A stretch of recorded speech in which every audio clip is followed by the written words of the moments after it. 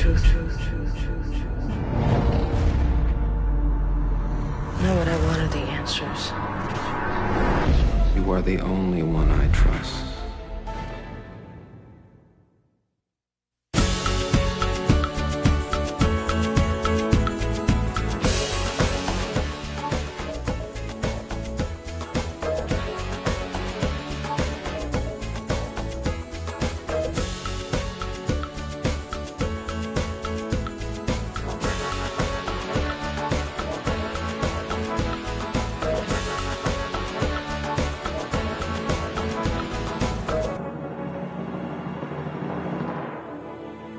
Welcome to The Facts. I'm Mike Austad, and today we will be talking about 2 of the 10 ballot measures that will be facing South Dakota voters on November 8th.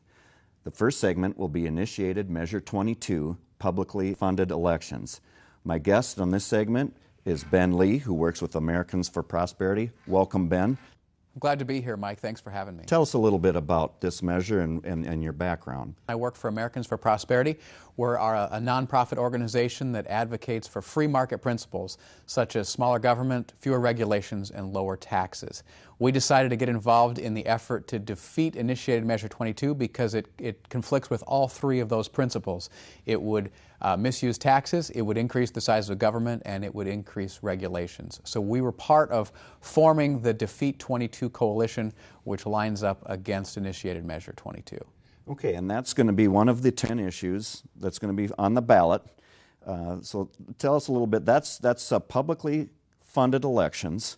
It has some ambiguous description in the ballot when people go to look at that.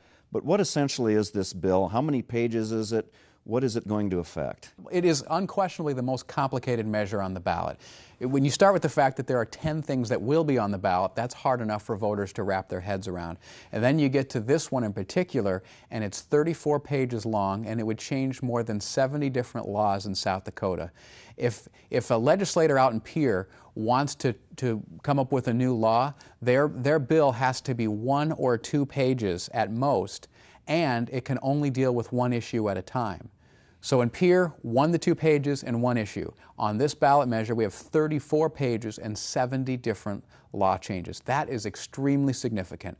Most of those law changes deal with campaign finance reform, and the proponents are spending a lot of time talking about ethics and transparency, and they're talking about corruption, and those are all really good and important things, right? So if it was truly about that, I don't think you'd find a coalition organizing for its defeat. But it's our contention that Measure 22 isn't truly about corruption. It isn't truly about ethics or integrity. It's about something else entirely altogether. And what it's about is publicly funded campaigns, which are really taxpayer-funded elections. I can go in to explain that further if you'd like. Absolutely. Now, and some of the, as you cited, the proponents say that South Dakota is a unique state and that allows a lot more room for corruption. What other things that make South Dakota a target for these ballots that comes out, and where is this really the energy coming from? Sure. This Initiative Measure 22 is an idea brought to us by the great state of Massachusetts. There's a group there called Represent Us, and they, if you look at their website, they make no bones about it. They want to pass this sort of legislation anywhere that they can. They have sample legislation on their website, and they shop it around, and they found a couple of willing folks here in South Dakota that would put that measure on the ballot. It doesn't take very many signatures in South Dakota to get something on the ballot, and it's fairly inexpensive to run a campaign. And so this group from Massachusetts found that South Dakota would be a great place to test this out, and that's how it got to be on the ballot. Okay, so of those 34 pages, there's going to be a lot of money involved on this publicly financed. Where's this going to cost? Where's this cost going to come from? Who is going to benefit or be hurt by this? Sure. So publicly funded campaigns are a nice way of saying taxpayer-funded campaigns. And what that means is Initiated Measure 22 would create a pot of money. They would take our tax dollars from the state's general fund. They would create a pot of money that politicians could use to get themselves elected. So they would be using our tax dollars to mail postcards, to run campaign ads, robocalls, all of those sorts of things. And we believe that's simply the wrong use of tax dollars. We think it's the wrong use of tax dollars number one. And number two, using those tax dollars for that purpose is going to hurt other South Dakota priorities. It's coming from the general fund. And the general fund of our state of South Dakota is used currently to fund education. It's used to fund law enforcement, public safety, and the state's infrastructure. And if we take money away from those projects to give it to politicians for their campaigns, those other South Dakota priorities are going to lose out. And they're going to lose out in significant ways. What kind of pot of gold, what kind of dollars are we talking about? There's been some numbers circulated. What are those numbers that are being mentioned right now for dollars cost to taxpayers? The proponents capped the program at $12 million. They say it would cost $12 million to run this publicly funded campaign system. So if you use their number, that's $12 million fewer dollars for roads and education and public safety, and $12 million for politicians to get themselves elected. But $12 million doesn't really really capture the full essence of what this would cost.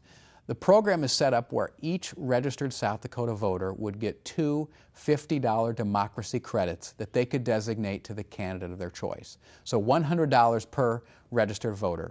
There are 539,000 registered voters in the state of South Dakota. If every one of them wanted to participate in this program, it would cost $53.9 million, which is far more than $12 million. The proponents have said that $12 million is a good start and they'd love to get to that full number.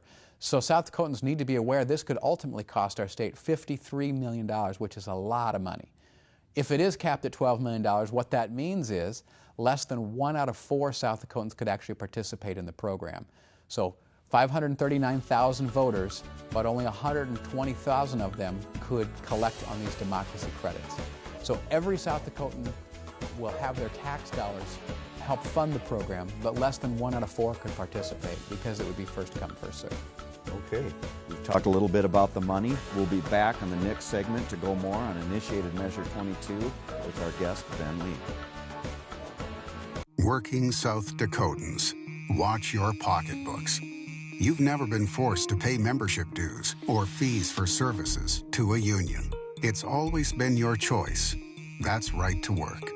If passed, Initiated Measure 23 will allow unions to charge you their fees, whether you want to pay them or not. Vote no on Initiated Measure 23 and keep control of your pocketbook, paid for by the No on 23 Committee. Giving crime victims equal rights. That's what Amendment S, Marcy's Law, will do. As a prosecutor, I've seen firsthand how crime victims and their families are too often forgotten about during the criminal justice process. We can change that. Amendment S provides victims with equal rights they deserve. The right to privacy, to be heard, notified, and free of harassment. Stand up for South Dakota crime victims. Vote yes on Amendment S, Marcy's Law. Hunting season is important to me. I only get a few precious days each year to enjoy this sport. So when it's time to get a hunting license, a rifle, shells, or optics, I only trust the guys from Badlands Gun Store. Badlands Gun Store has everything, including this new 300 Win Mag.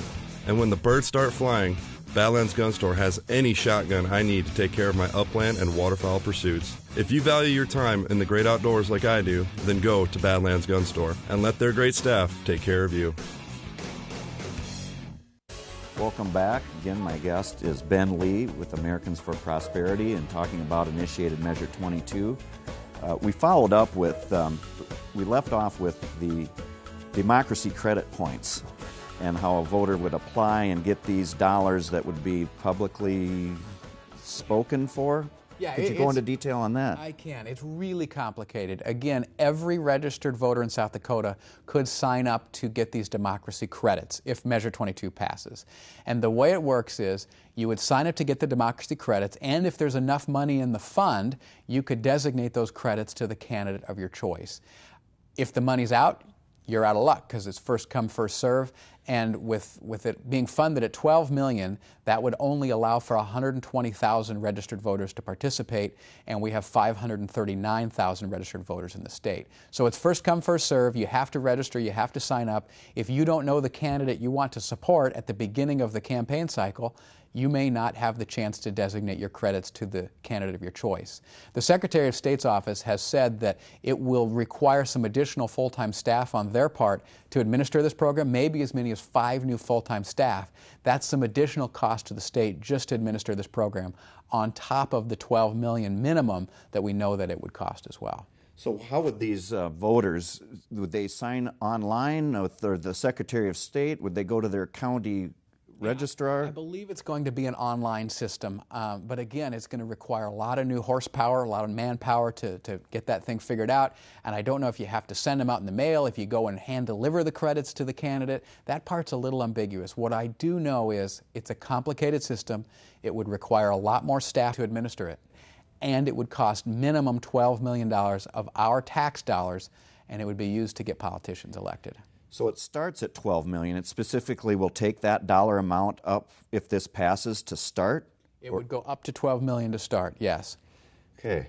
And there's also some other things involved with this 34-page initiated measure, including a ethics board. Yeah, I was reading through that. Tell us a little bit about this ethics board. Are they nominated or? Yeah, it's called an ethics commission, and again, this is one of those things that sounds like it might be a good idea, right? We all believe in operating at the highest ethical standards, and having a commission sounds like it might be good until you start really peeling it back and understanding the way it would be set up.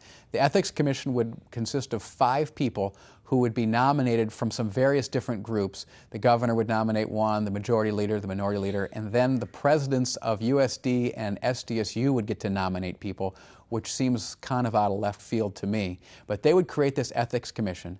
The commission would be unelected, and they wouldn't be accountable to the legislature. So they're unelected and unaccountable, and the language of Measure 22 would give them essentially a blank check to operate whatever they would need to do. Whatever expenses they would need to incur to go about and investigate ethics violations, they would have that authority.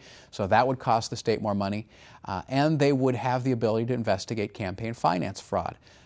Again, investigating campaign finance fraud sounds good, but we tried this in the 70s in our state, and we stopped it after a year because there was abuse. So what would happen is, let's say you and I are running against each other for a House seat in South Dakota, and if you're doing very well and I'm doing very poorly in the polls, I'm looking for a way to get an advantage. I could go to this ethics commission and I could say, Mike is misusing campaign finance funds, even if you're not. The Ethics Commission has to go and investigate you. It becomes a public scandal. I can go around and tell the newspapers, Mike's being investigated by the Ethics Commission. That's going to hurt your favorability rating in the community, right, while you're being investigated. At the end, they conclude you did nothing wrong, but I've used that to my advantage. That's the way people could abuse the Ethics Commission as it's set up in Initiated Measure 22. Are there some other states that have tried this, that are doing this? South Dakota did in the 70s to some degree. How about currently? There are states that have ethics commissions. Some of them are set up better than others. There are some states that have the publicly funded campaign system. The proponents like to say that that system would weed out corruption. But if you take a look at states that have taxpayer-funded campaign systems, you'll find that corruption is a part of those. Arizona passed a similar law in 1998. It had to drag through the courts for a couple years, went into effect in the year 2000. Very shortly after that, a candidate misspent over $100,000 of these taxpayer-funded campaign funds. He was hiring family members with those dollars, which wasn't permissible, and he was spending that money on lavish campaign parties, which wasn't permissible. So he's misspending those tax dollars. Think about that. He was misspending Arizona's tax dollars to throw wild parties. I don't think that's what we want with our tax dollars here in South Dakota. Did that put the state of Arizona itself in a legal matter where they had to be on the defense, liability? They tried to recollect those funds and they weren't able to do so. So corruption sometimes takes place in campaigns. In the past, that corruption, those dollars are privately funded dollars. Now those dollars would be tax dollars. We'd be simply changing the funding source. And South Dakota taxpayers would be the ones on the losing end of that. Thank you for being with us, Ben Lee, to talk about Initiated Measure 22. Appreciate it. Thanks for having me on. Next segment, we will be talking about Initiated Measure 23 with David Owen. Kale Crane, Yes, ma'am. what's your story about? It's about a king and his castle and a magic horse. I like him. Her. I like her too. I want you to help me. What is it I'd be getting? 10%. 20. 15. Done. You ever seen a kid so happy with a horse? Yeah, I have. Kurt Russell, Dakota Fanning. Dreamer. Sunday night at 7 on KCPO. Having a job in South Dakota has never been dependent on paying fees to a union. This freedom from forced membership, known as right to work, is part of our state constitution's Bill of Rights. If passed, Initiated Measure 23 will allow unions to charge you their fees, whether you want to pay them or not. Vote no on Initiated Measure 23 and keep South Dakota a right to work state. Paid for by the No on 23 Committee. Why is a liberal special interest group from Massachusetts pushing Measure 22? Yeah, Massachusetts. They say it's about ethics and transparency, but it's really just a scheme to use our tax dollars to get politicians elected. Tax dollars are for roads, public safety, and education, not politicians. Say no to Measure 22. Visit defeat22.com. Paid for by Defeat 22 Ballot Committee, and not some people in Massachusetts. Welcome back to The Facts. On this segment, we will be talking about Initiated Measure 23. My guest on this is David Owen with the South Dakota Chamber of Commerce. Welcome, David. Thank you. David, tell us a little bit about this measure. Tell us a little bit about your organization and the background of what you do. South Dakota Chamber of Commerce is an advocacy group that takes care of statewide issues and their impact on the general business community. We have the health systems, we have manufacturers, warehouse operations, the hospital systems. We're probably the most diverse membership group that is involved in public policy. We lobby the legislature and we're involved in ballot measures. We're helping lead a 24-organization coalition to defeat Initiative 23, which at its core is designed to make non-union members pay unions money. In South Dakota, you don't have to belong to a union to have a job. That's a part of the right to work. Right. That's been with the state. Yep. This is a kind of an ambiguous one. It's a short measure of the 10 ballot measures, and we'll show this to the. This is a typical ballot. This would be a Minnehaha County ballot that's 2 pages that all South Dakota residents will be voting for. And Measure 23 is a pretty short one. It says, title, an initiated measure to give certain organizations the right to charge fees. Who are they really speaking to? What is this really talking about? Let's separate 2 things. The language is nearly gibberish, because it talks about organizations have the right to charge fees. Well, they do under current law. How this changes that law is ambiguous at best, and it starts out by saying notwithstanding any other provisions of law. So to a certain extent, the fact that you have to accept those services may be challenged, and we certainly don't know all the organizations. We do know this. It's brought by a union, the Equipment Operators Union. All of the funding has been supplied by their chapter in Minneapolis and their chapter in Chicago. And they've poured $900,000 into this, and their goal is aimed specifically at people that work under a union contract. They're not changing the membership requirement, but they are trying to make it law in South Dakota that non-members have to pay them money. So do we have any data on the number of workers in South Dakota that are in a union shop, roughly? Or is there, how many would this actually affect for those in South Dakota? About 5 or 6% of South Dakota workers work under a union contract, and the vast majority of those are teachers with SDEA, and government workers for counties and cities. Private sector workers, there's not a lot in South Dakota. However, if the unions know that they can get the non-union members to write them checks for about 85% of dues, that creates more of an incentive to target South Dakota businesses to organize. And we think it's fundamentally unfair. It's in our Bill of Rights. You don't have to join. And paying money and not getting a membership, no difference. This does not affect their ability to want to join or pay on their own, or to decertify or get union membership in a shop that is open. Yeah, no, this doesn't attack the ability to organize at work, to have a union, to choose to belong to a union or not. What this law is aiming to do is say, once you're organized, you can choose not to belong, but you can't choose not to pay and give some of your paycheck to the union. So if this gets through, this can be the key factor to eliminate the foundations of right to work.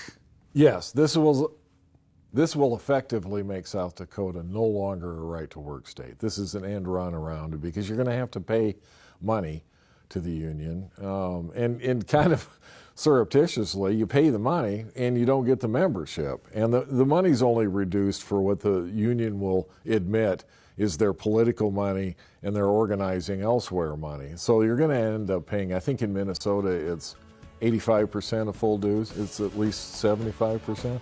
So you're paying the vast majority of what union members are paying, and you don't get a membership. On the next segment, we'll be continuing to talk with Initiated Measure 23 with our guest David Owen on the facts. It's more than a network and the cloud.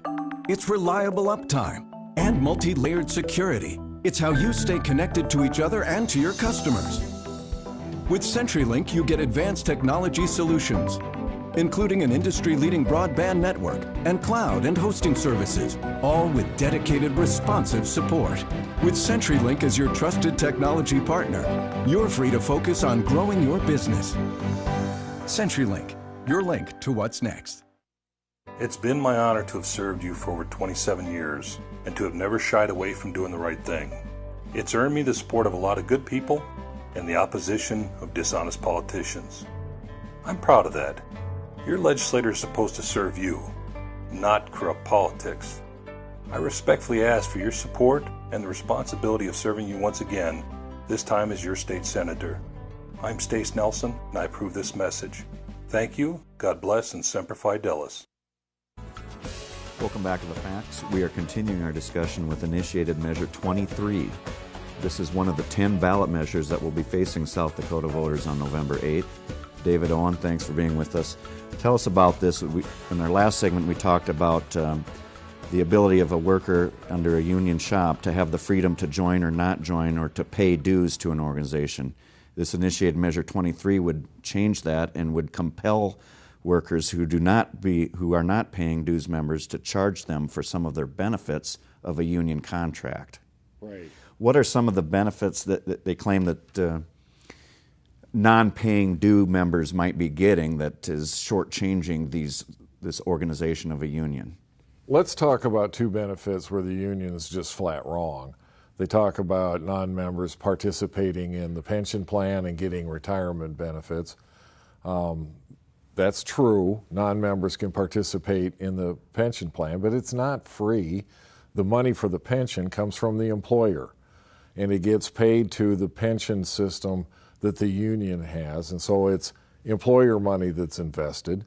The group that manages that makes money. By the union's own website, it says no dues goes to that. So there's no harm or cost to the union there. Same with the health system. If they've signed a contract where the union's going to supply health benefits, it's the employer that pays for that. And so the union doesn't have any cost. Now, when the union decides the contract should control all of the jobs in a certain classification or all of the jobs at a workplace, the rules from the National Labor Relations Board do compel the union to represent non-members in grievances. They brought a bill in 2009 that says anytime we've represented a non-member, they have to pay us back.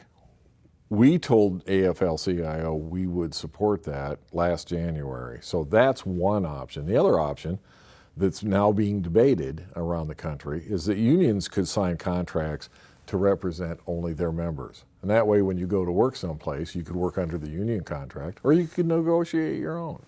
Okay, so this has been brought before in legislation to address some of those issues, right, and that there's precedent of that, and that still can continue even if this bill, even if this initiated measure passes or fails. The legislature can still handle some of these issues. Right. We have some sympathy for this business of having to represent in grievances non-members. However, it is an obligation they pick up when they want to control all of the jobs And that leads to this other discussion about whether a union contract automatically guarantees everybody more money.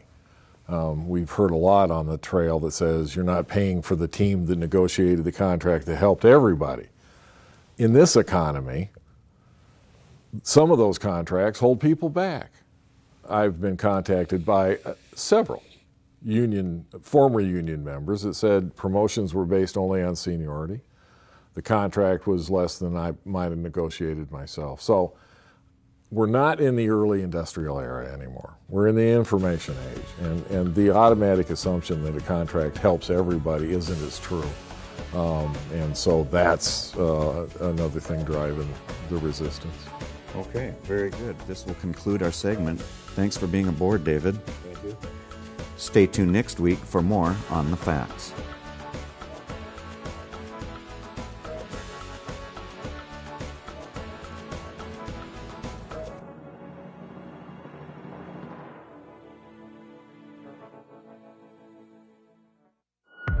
I've heard the truth. Know what I wanted, the answers. You are the only one I trust.